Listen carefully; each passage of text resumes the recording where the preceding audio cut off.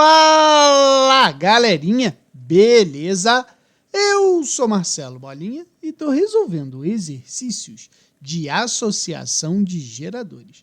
Eu vou fazer agora a seguinte questão. No circuito desenhado a seguir, tem-se duas pilhas de resistências internas R, fornecendo corrente para três resistores idênticos. Ao circuito, estão associados ainda um voltímetro e um amperímetro, de resistências internas, respectivamente, muito alta e muito baixa. O esquema que melhor representa o circuito descrito é... Então, antes de resolver essa questão, ele falou aqui que a gente tem duas pilhas, né? As pilhas, elas são geradores que têm resistência interna. A gente pode associar os geradores de duas formas diferentes, em série e em paralelo. Então, quando a gente fala de associação de geradores em série, a gente está fazendo exatamente essa representação aqui. Porém, a gente sempre vai ter que encontrar um gerador equivalente. Aqui, na associação de geradores em série, a gente tem que ter o seguinte cuidado, que o polo positivo de um gerador tem que estar ligado diretamente ao polo negativo do outro gerador na associação em série, e assim sucessivamente. Quando a gente faz a associação de geradores em série, existem algumas características que são importantes da gente saber. A primeira característica seria o seguinte: a corrente elétrica que atravessa todos os geradores, ela sempre vai ser constante e diferente de zero. O que isso significa? Que toda a corrente elétrica em todos os geradores, ela vai ter o mesmo valor. Outra coisa importante é que na associação de geradores em série, a gente soma as forças eletromotrizes. O que isso significa? Se eu associar duas pilhas de 1,5 volt em série, a voltagem final dessa associação vai ser 1,5 mais 1,5, que vai dar 3 volts. Beleza? E uma coisa importante é que, na associação de geradores em série, a resistência interna da associação aumenta. Por quê? Porque a gente vai ter que somar as resistências internas de cada gerador, certo? Quando a gente tem uma associação de gerador em paralelo, a gente pode dizer que essa associação ela pode ser feita dessa forma aqui, e a gente vai encontrar um gerador equivalente. Na associação de geradores em paralelo, a gente tem que ter cuidado pelo seguinte motivo. Todas as partes ou todos os polos positivos dessa associação, né, de geradores têm que estar para o mesmo lado e os polos negativos têm que estar para o outro lado também. Então, veja bem, todos os polos positivos para o mesmo lado, todos os polos negativos para o outro lado. Beleza?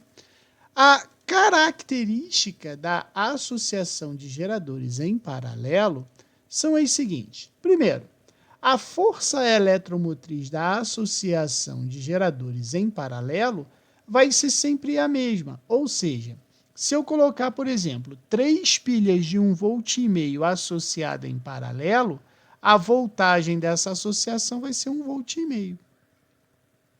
Uma coisa que é muito importante também na associação de geradores em paralelo é que a resistência equivalente dos geradores vai diminuir.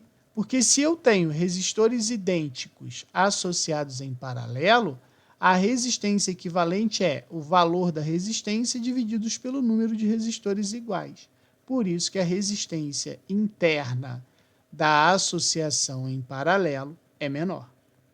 E outra coisa, a potência fornecida pela associação de geradores em paralelo, ela vai aumentar.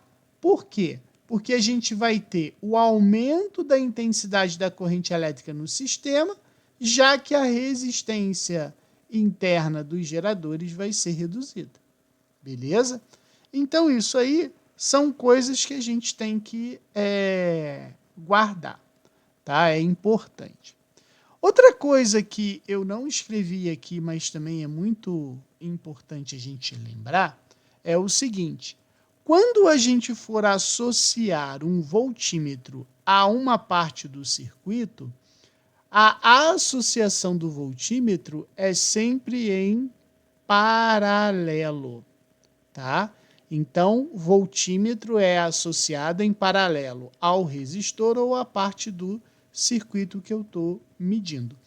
E o amperímetro, ele sempre vai ser associado em série, tá? Então, se a gente for desenhar aqui o esquema que esse circuito está apresentando, note o seguinte, ó, eu tenho um gerador aqui e outro gerador aqui. Ele está sendo ligado por um único fio.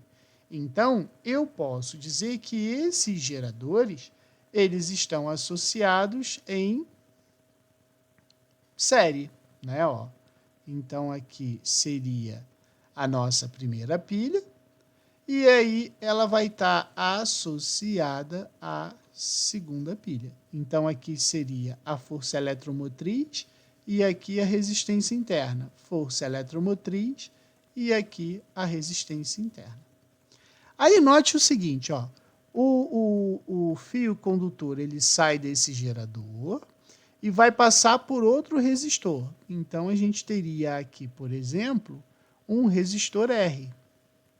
Só que esse resistor ele está associado em paralelo com um voltímetro.